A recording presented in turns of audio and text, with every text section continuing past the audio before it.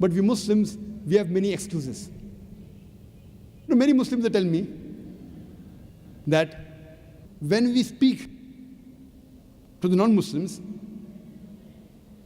they tell us that first go and improve your Muslims.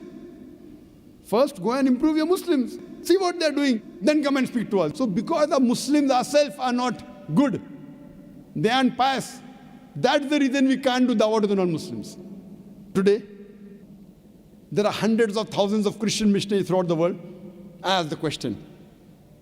I ask my Muslim brothers, that do you know these Christian missionaries? You know they have alcohol? Yes, I know. Do you have alcohol? He said, no. Who's better, you or he? I am better. I ask the Muslims. Do you know these Christians? These Christian missionaries, many of them have drugs. Do you have drugs? He said, no. Who's better, he or you? I am better. Now, many of these Christians, they do fornication, they do adultery. Do you do fornication? He said, no. Who's better, him or you? I. With all the defects, these Christian missionaries, with so many defects, yet they're spreading the word of Christianity. Hundreds of them, thousands of them, hundreds and thousands of them. They leave the country and they travel thousands of miles to spread the word of the Bible. Don't give excuse that first go and tell your Muslim brothers. And there are many Muslims who come and tell me, Brother Zakir, first हम मुसलमान को पक्का मुसलमान बनाएंगे, फिर हम गैर मुसलमान को दावा करेंगे. First we'll make the Muslims practicing Muslims, and after we make all the Muslim practicing Muslims, then we will go and convey the message to the non-Muslims. I tell them, this time will never come. Our beloved Prophet Muhammad sallallahu alaihi wasallam, he himself could not convince his own relatives. Do you think you're better than the Prophet? Our Prophet, he could not convince his own uncle. Do you think you're better than the Prophet? It's mentioned in Sahih Bukhari, in the book of Salah, volume number 1, that the Prophet says that in Medina, there were Muslims who did not come to the mosque for the compulsory Salah. Talking about Jummah Salah. The Prophet says he felt like burning their homes. That means in Medina, there were Muslims who were not good practicing Muslims. Yet the Prophet, he sent messengers, he sent messages to the king of Yemen, to the king of Persia. He sent messages to the king of Byzantine. He did not say, first I'll make all the Muslims 100% practicing Muslims and then I'll convey the message to the non-Muslims.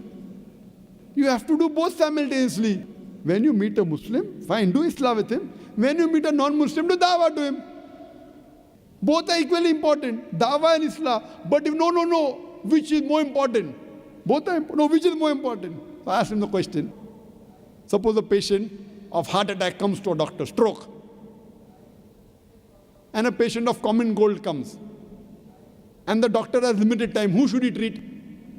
A person with heart attack or a person with common cold? Who?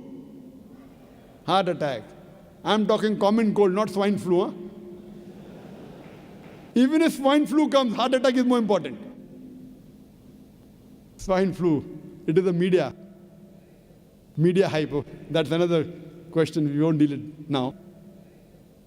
So the person is a mushrik. He's doing shirk. If you don't convey the message, he will go to hell. The Muslim Islam is important, but more important is dawah. Actually, both are important. If the doctor has time, you should treat both. The person with heart attack also with common cold. So when you meet a Muslim, do Islah. When you meet a non-Muslim, do dawah. Both are equally important.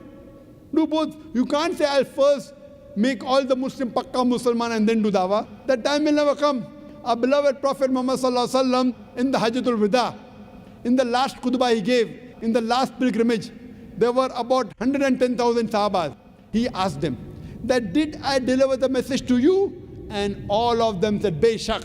They bore witness that yes, you have delivered the message to us. Then the Prophet said, all those who are present here, go and deliver the message to those who are not present here.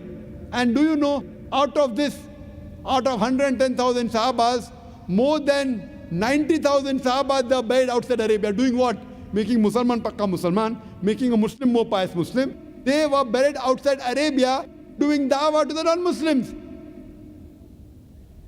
More than 80% of the Sahabas, they went outside following the commandment of the Prophet, doing dawah to the non-Muslims.